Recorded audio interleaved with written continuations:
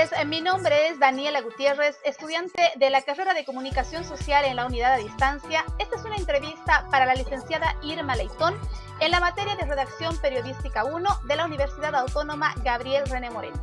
Vamos a hablar en esta oportunidad acerca de educación, de la nueva modalidad de educación. Hace 2 años, ya al inicio de la pandemia, han tenido las escuelas, las unidades educativas, universidades incluso, tener que adecuarse a una nueva forma de educación.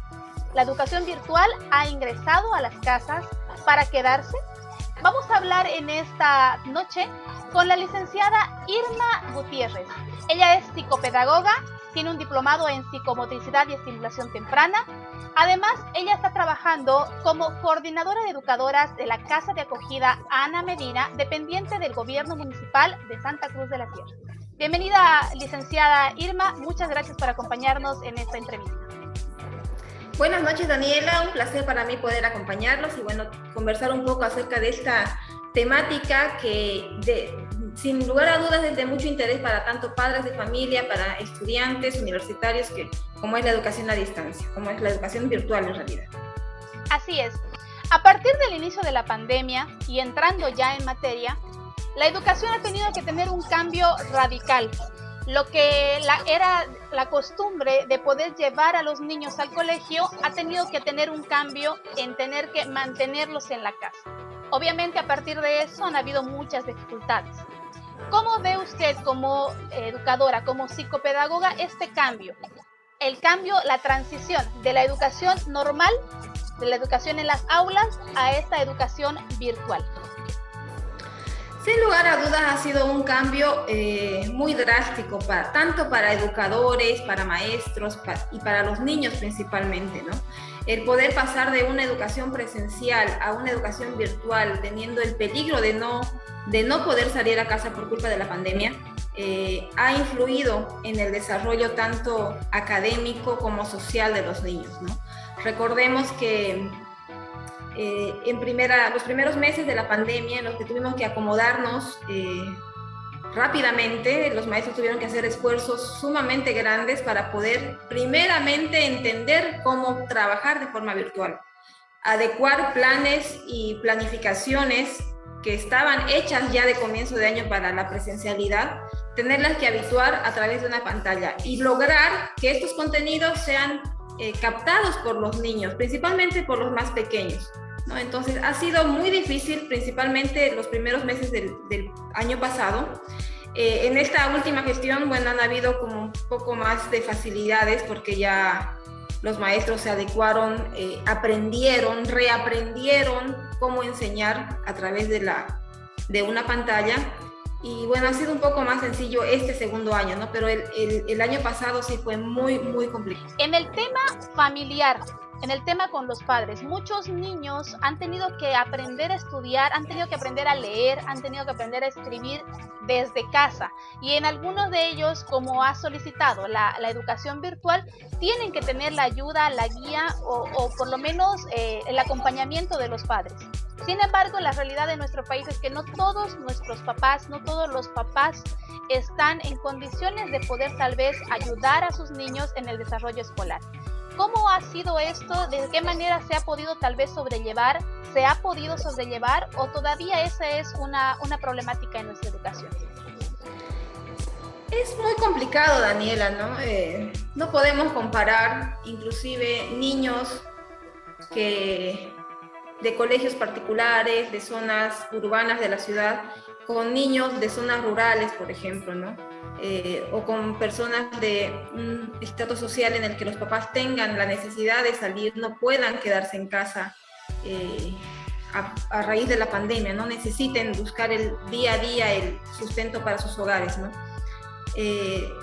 Todo este tema de la virtualidad ha golpeado fuerte principalmente los primeros años de los niños en etapa inicial y escolar, ¿no? Los primeros años de la primaria. Niños, por ejemplo, que deberían aprender a leer y escribir en primero de primaria y fortalecer esto en segundo de primaria, han tenido que aprender, como tú bien decías, en casa y no siempre con la ayuda de los papás, ¿no? Es por eso que se están viendo muchos retrasos a nivel lector, retrasos a nivel psicomotriz también, porque obviamente al estar en casa no se tiene el mismo desarrollo, al no poder salir a jugar a un parque, al no poder salir a jugar a la calle, el niño tiene que estar encerradito y obviamente se están notando, se están viendo muchas falencias a nivel psicomotor. Entonces, es complicado, ha sido muy complicado y se están viendo, en este momento ya se están viendo, ¿no? Y si volvemos a la presencialidad el siguiente año, que todavía obviamente no es nada seguro, se va a notar aún más, ¿no? Porque obviamente en la virtualidad se han tenido que acortar, se han tenido que escoger los contenidos más importantes para poderlos brindar a los estudiantes, ¿no? Entonces, no todos los contenidos se han brindado y vamos a empezar a notar esas falencias, ¿no? A nivel lector, a nivel de escritura, obviamente hay mucha dificultad actualmente, ¿no? Y se va a notar más cuando volvamos a la presencialidad. Esto hablando obviamente de los más pequeños, que tal vez han tenido que saltar estos temas de una manera distinta. Sin embargo, también el tema de la virtualidad ha afectado a los niños ya que ya estaban pasando clases en cursos un poquito más elevados en primaria, como a los adolescentes y a los jóvenes que estaban a punto de egresar del colegio. ¿De alguna manera ha afectado esto el desarrollo social? Porque al estar encerrados en casa los han tenido alejados de ese continuo acercamiento a los niños, que sabemos obviamente que eso es lo que ayuda a que una sociedad se mantenga estable.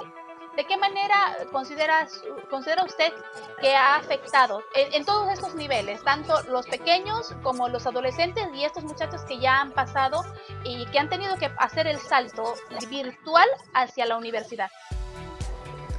Bueno, recordemos que vamos a comenzar hablando de los más pequeños, ¿no? Cuando el niño ingresa ya a la etapa escolar, estamos hablando de pre-kinder, que ya es la educación formal, con 4 o 5 años, inicia su etapa de formación social también, ¿no?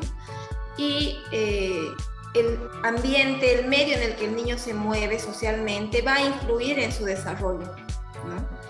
Tanto el poder compartir con sus pares, con niños de su misma edad, el poder alimentarse del juego de sus otros compañeritos, el poder alimentarse de la forma de expresarse de sus mismos amiguitos, va a alimentar su forma de ser socialmente y va a fortalecer los aprendizajes que este niño pueda tener. Al verse privados de este alimento social, obviamente hay un retroceso a nivel social, ¿no? A nivel de poder compartir, de poder relacionarse con otras personas. Los niños que ya estaban en primaria o iniciando tal vez secundaria, tal vez han sentido más fuerte ese distanciamiento, ¿no? Porque ya tenían amiguitos, ya tenían su grupo social de sus pares en el colegio y obviamente han sufrido el distanciamiento que es complicado, ¿no? Principalmente los jóvenes que ya están pasando la adolescencia, 12, 13, 14 años, en los que es muy importante inclusive la opinión de sus compañeros, ¿no? Entonces, es una etapa en la adolescencia en la que quizá los adolescentes se separan un poco de los papás y se apegan más a sus amigos y a sus pares, ¿no? Entonces, todo este distanciamiento va a afectar, no ha afectado de manera social a los jóvenes. ¿Consideras que en nuestro país, en nuestro departamento principalmente, estamos preparados para la virtualidad? A pesar de que ya son 2 años que hemos tenido que vivir de una manera, de educarnos de manera virtual, ¿consideras que nuestra sociedad está preparada para la virtualidad y esta podría ser permanente? Yo creo que la era virtual ha llegado para quedarse, tal vez no de forma constante, pero sí va a ser difícil alejarnos o dejar de lado ya esta parte virtual, ¿no? No todo es malo con la virtualidad, al contrario, tiene muchas cosas buenas, ¿no? Nos acerca, como en este momento, el poder tener una entrevista, yo en un lugar muy, muy alejado de donde tú estás, por ejemplo, nos ayuda a poder conectarnos, ¿no? Tiene sus cosas muy positivas la virtualidad. Y obviamente es un avance tecnológico que va a acompañar en beneficio de la educación, ¿no? Sí tiene obviamente también su parte, no digamos negativa, pero sí un poco contradictoria, ¿no? Porque si vamos a hablar de voy a abocarme un poco a los más pequeños, que es con los que más experiencia tengo. El tener a un niño sentado con el celular o con la tablet o frente a la pantalla todo el día, jugando, viendo videitos, afecta el desarrollo cognitivo que este niño pueda tener. Afecta tanto a nivel de atención, percepción, memoria, el tema de poder ellos concentrarse, ¿no? Fijar la atención en determinadas tareas después. Es un estímulo sumamente directo para los niños más pequeños de primera infancia principalmente. Y ahora contradictoriamente los sentamos frente a la computadora para hacer tarea, para estar en clases. Inclusive hay colegios que han alargado su horario de clases, ¿no? No solamente 1 hora al día, han tenido que pasar niños inclusive 2, 3 o 4 horas inclusive para completar el avance. Y tenerlos de 2 a 5 de la tarde sentados frente a la pantalla a los niños es muy pesado para ellos, ¿no? Es complicado. Irma, solamente para comentar y tal vez para que puedas aportarnos también, las Naciones Unidas, la Organización de las Naciones Unidas emitió una información acerca de cuánto era el porcentaje de los niños que no podían acceder a la educación, y hablaba acerca de que a nivel mundial el 72% de los escolares no pueden acceder a un aprendizaje a distancia, y obviamente dentro de este grupo habla acerca de que de ese grupo un 70% de ellos son escolares en edad preescolar, o sea, son aproximadamente 120 millones de niños en edad preescolar que durante estos 2 años de pandemia no han podido acceder a la educación virtual y que han tenido problemas. Sin ir lejos, nuestro departamento ha decretado que tenemos un 30% de deserción escolar, principalmente por el uso de tecnologías. Hemos visto que en varios hogares han tenido acceso a un solo teléfono en el que tenían que pasar hasta 5 niños clases, o también hemos visto que en las áreas rurales no tenían el acceso a internet y que incluso han habido reportajes en televisión en el que mostraban que los niños tenían que incluso cruzar un río, escalar, subir hasta una antena para poder acceder al internet y eso.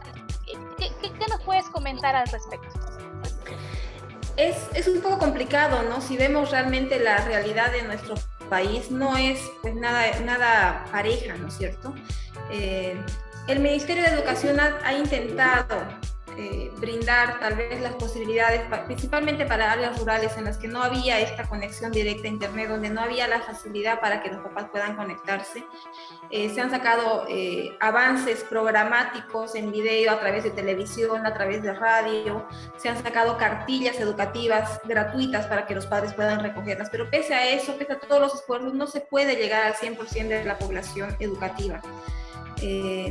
Como bien mencionabas, tenemos familias que tienen 4 o 5 hijos y los 5 están en etapa escolar y solamente hay un dispositivo electrónico en el hogar, entonces es complicado el tema del presupuesto aparte para el Wi-Fi o el internet. Sin ir lejos, te menciono lo que pasa acá en el hogar donde yo trabajo.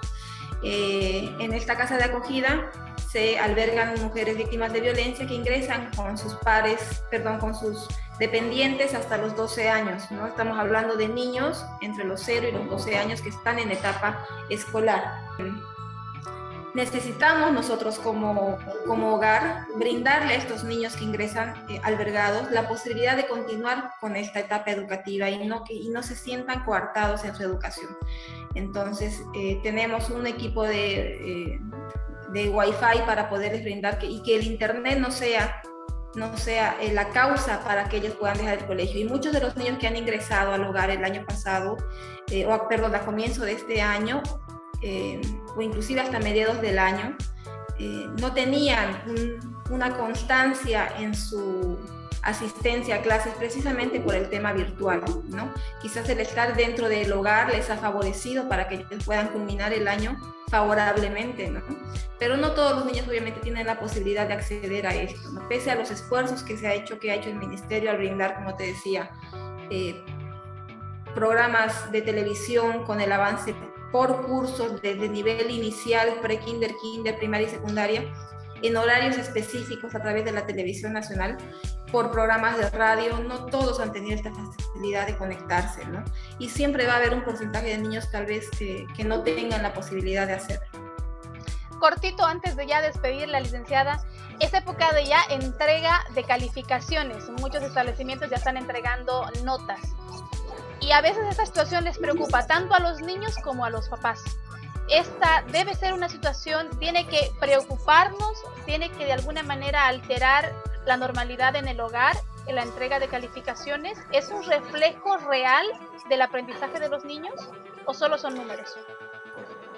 Las calificaciones no siempre reflejan el conocimiento o el aprendizaje que ha tenido un niño, ¿no?